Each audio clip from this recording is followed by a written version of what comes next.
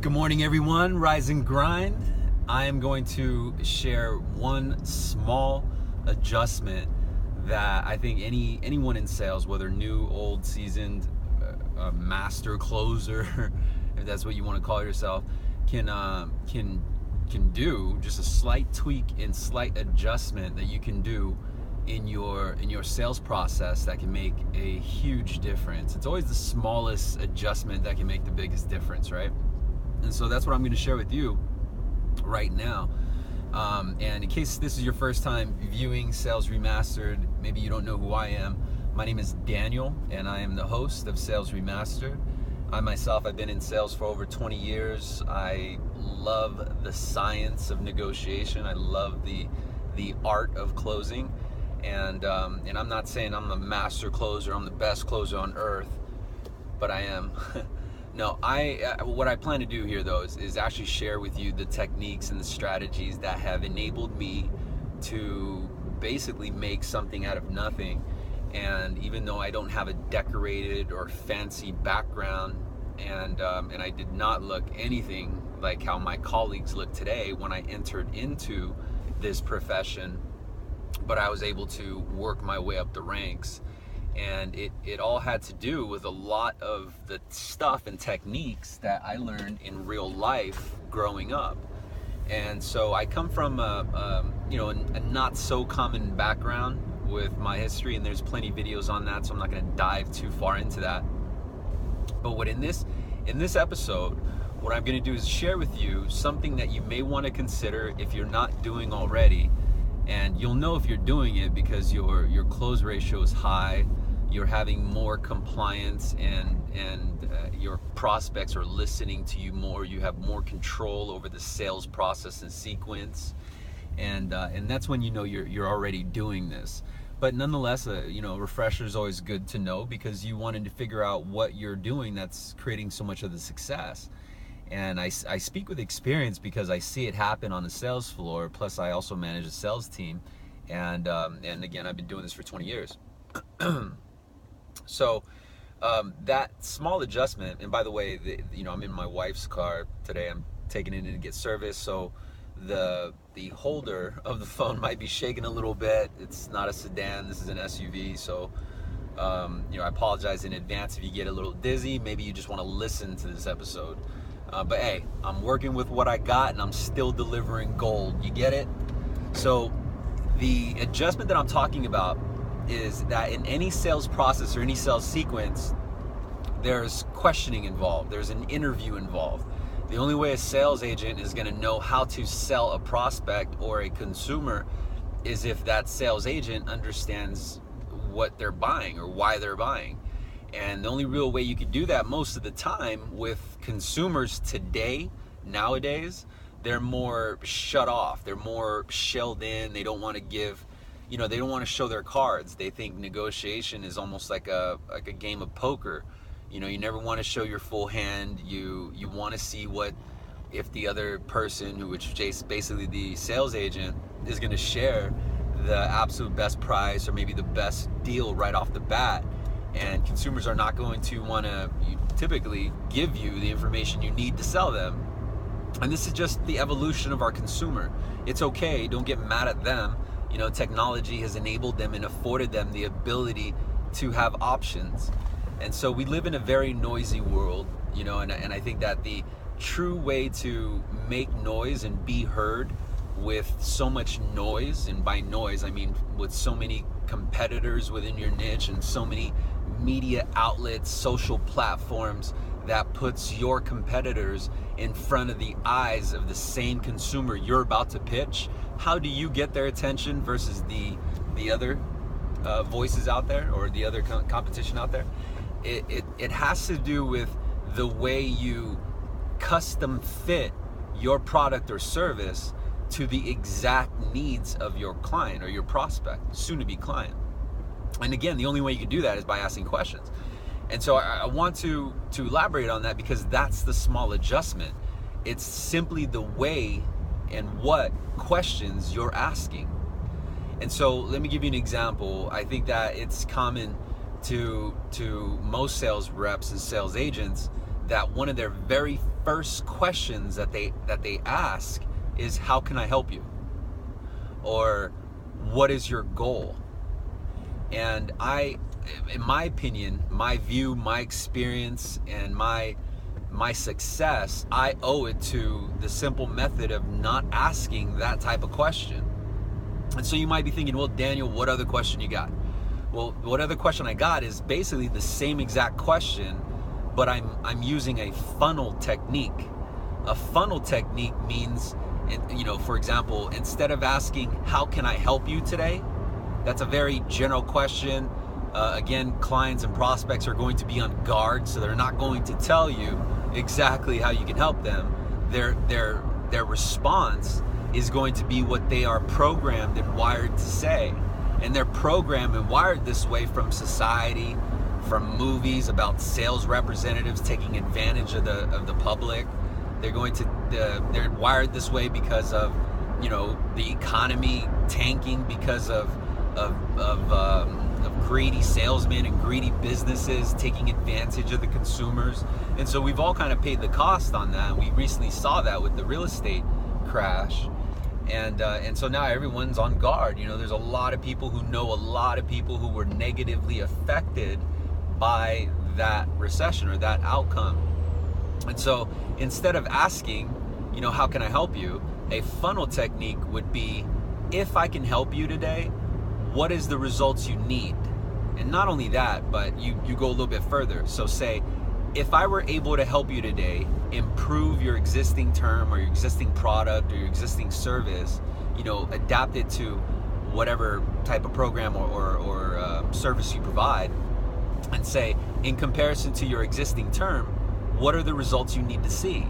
Do you need to see a lower payment? Do you need to see the ability to pay off the contract sooner? Or do you need to have more features, more options, maybe something that your current term is not doing for you currently? And again, those are a lot of different options. You may not be rattling off all 3 or 4 of them, but I would say a good rule of thumb is that you give them 2 options. And by funneling them in that direction, you're going to now know how to gauge and construct that conversation for the rest of the way. And so again, for example, instead of saying, how can I help you today? You could say, if I were to help you create some savings, what would you do? Would you put it towards paying off your contract or your term or your loan? Or would you put it in the bank and maybe use it to pay off other debt? And the reason why I ask it in that way is because I want to know what the consumer plans to do with the results that I deliver, right? So the consumer is always going to say, I want the lowest price, I want the lowest rate, I want everything for free, and I want you to do it fast, right? And that's just them. But I think most sales representatives hear that so many times, they become defensive after about the 90th time. Because, we're sales. We evolve and we play in a very emotional sport, a very, physical, draining sport or sandbox that has a lots of ups and downs. And so, one call you might have the absolute best sales call that you could ever have, and then you realize that someone that you work with or have been working with, and you sold and you put hours or days into a project for that prospect, and then they cancel. And now what? Now you're going into the next call knowing that you just lost that deal, knowing that, man, now everything's kind of changed. And the only way to really excel in sales, I would say the only real way to excel in life is if you have the ability to adapt quickly. And when I say adapt quickly, meaning that you do not dwell over the changes that have occurred, you accept reality for what it is. You don't live in denial, thinking that, it's like settlement, like, I lost that deal, I guess it's gonna be a bad month, or I guess it's gonna be a bad day. Adapting would be like, no worries, I got another one, I'm gonna get another one, I'll double up today, offset and replace that last one. And it's okay if they didn't buy now. I know my skill set is strong enough where I can call them back in like a week or 2 and I'm gonna revive that deal. So it might be on the back burner right now, but I got you. I got you. You know, it all starts with that voice in your head. You know, when you come across a challenge, something that is a difficult challenge that you have to face on a daily basis, or that you face here and there in life, you know, that voice in your head is what's going to determine your enthusiasm. It's going to determine your whether or not you give it 100% or you go at it half-ass, right? Like half pregnant, like my man Gary Vee says. But it's that voice is where it starts. And so if you face a challenge, or you come across some drama or fire you have to put out, and you hear that voice say, oh, I could never, like, oh, I could never do that, or oh, I could never replace that, or oh, I can never recover from that, versus that voice saying, you know what, I got this, or you know what, I could do better, or you know what, I'll be all right, or I got the skill set that's going to help me prevail and overcome that. You know, it all starts with that, what you say to yourself. And I think that's why, you know, if you can adjust that verbiage from that voice, you can approach things in a whole new different way. And a lot of times it really does require that we as sales professionals unplug from our day-to-day, unplug from the process and the conveyor belt that we spend most of our hours in a day on. You know what I mean? Whereas, like, if we took a time or some time to actually reflect on what could have been better, or what could have been improved, or what could have been done to avoid that fire from happening again, we'll grow stronger. Where I think 90% of us sales representatives are looking back, and instead of thinking how they can improve, they're looking back and dwelling on, man, I lost this, or man, the market is here, or man, it's going to be harder. You know, it's hard to ignore that voice when it's saying these things, because you feel it's your intuition. You might feel it's your gut. You might feel like, oh, you know what, I got a bad feeling and I should always trust myself. You know, you have to be able to separate your intuition versus emotion. And I got an episode on that where I say never mix emotion with common sense, and that's what I'm talking about. You know, never, like, for example, never send an email to a prospect in an emotional state. You want to send it in an ethical, you know, business-minded state, where you're being professional. No matter how mad you are, no matter how upset you are, you know, you restrain yourself, you contain yourself, because you do not want to burn a bridge in that way, right? You can burn the boats, but don't burn the bridge, because that bridge is going to enable you to revisit that prospect or that person in a little bit. So going back to the topic of, you know, that one simple adjustment, I think making an adjustment in the way you ask your questions, because we're all going to ask questions. You're going to ask a question today to someone, whether it's a prospect, a family member, a spouse, your kids, someone. And if you simply understand the wording and the verbiage of that question is going to be detrimental to the answers that you need. And so, for example, if you have a spouse, or if you've ever had a girlfriend or boyfriend, and you get to know that person so much that you understand how to word a specific question. We might have done it to our parents or our family members or even our kids. There's a way to ask it. You know, and you understand that because of the way they are, their characteristic, they're going to respond in a more favorable way if you ask it in a specific way. Whereas there is an alternative way or method or style that you can ask the same exact question, but you're going to have a completely different response.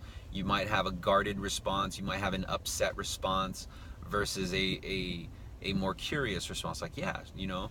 And I think that's important when considering the questions that you ask per day, because it plays such a big role in a sales representative's life. You know, the only way that you're going to make sales is if you ask the right questions. And I think the funneling technique or funnel questions is very effective. And again, funnel questions is basically the difference between asking a general question like, what is your goal? And versus a funnel technique, which is, if I can help you improve your situation, what are you looking to do? This or that? And why it's a funnel is because it's going to only point in a specific direction, giving you, the sales representative, more control of how to tailor your conversation. And so if they tell you that they're looking for savings, then you're going to gear your conversation around what the results of the savings will do and what they plan to do with that difference or that monthly payment, right? And again, on the flip side, if their main goal was not necessarily savings, but to maybe increase their payments so they can pay off this term a little bit sooner, then you're not going to talk about monthly savings, because that doesn't apply to them. You're going to be geared more towards different terms or contracts that even though it has a higher payment, it has the benefit of being paid off sooner. And maybe, it's odd because as representatives, we think everyone wants the lowest price, everyone wants the lowest payment, but it's not that way. Again, you have to ask the right questions to figure out the perception of your consumer. And once you figure out their perception, then you can actually communicate with them more effectively. And that's how you make noise in a noisy world and actually be heard. I hope this helps. I'll see you guys later.